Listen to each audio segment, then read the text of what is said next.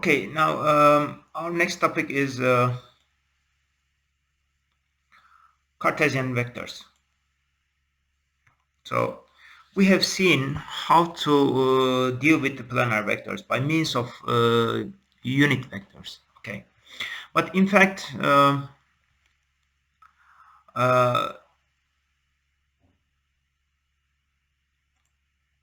normally we are living in a three-dimensional space, and therefore, in many cases, the forces have three components. And respectively, if we are using a Cartesian coordinate system, which is simple and straightforward to use, therefore this means that you have three components of the force. And if you decompose the force vector, let's say that it is A. Uh, so let's choose an arbitrary force vector in this case.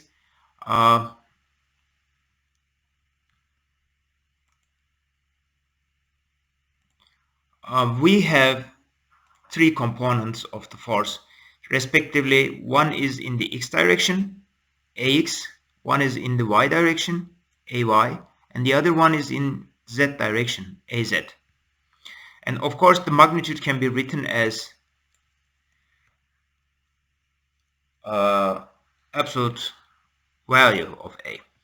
So we know what it is. Okay, so then we can define a unit vector in the direction of a. Okay, UA, this is unit. So what's a unit vector? Unit vector is a vector which has a magnitude of 1. So remember, in x and y direction we use I and j, and now for the z direction we will have an additional one which we call it k. Of course, once we have a unit vector in the direction of a, we can define the vector a as its magnitude multiplied by this unit vector. So the magnitude of the unit vector is 1.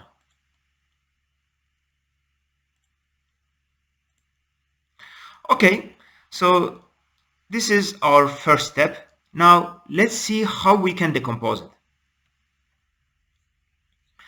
Now let's consider a vector A, and its magnitude in x direction is ax. Its magnitude in y direction is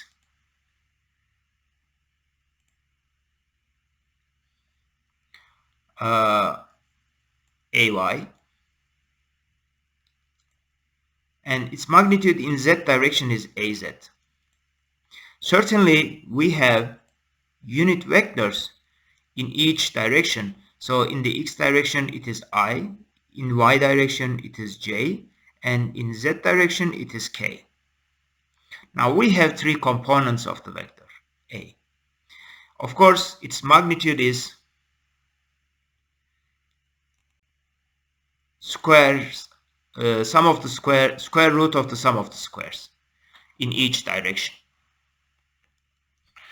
Now, one thing is we can define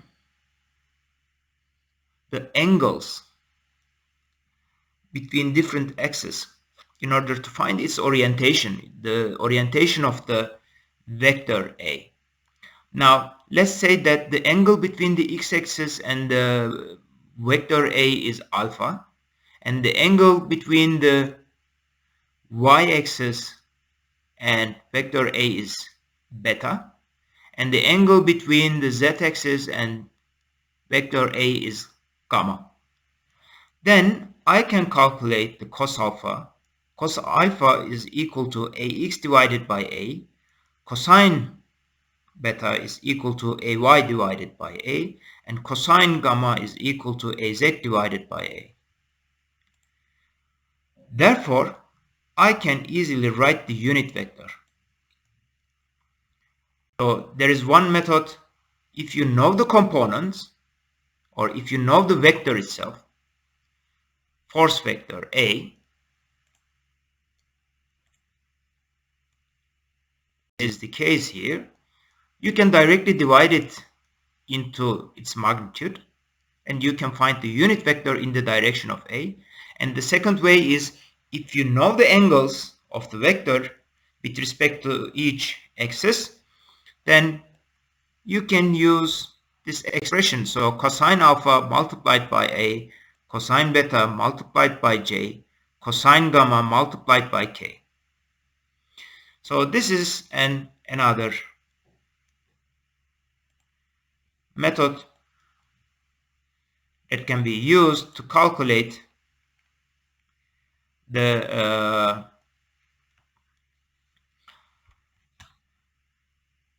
to make operations on vectors, and the rest is identical to the planar case. You can sum them up, you can subtract them up, make a subtraction on it, and so on.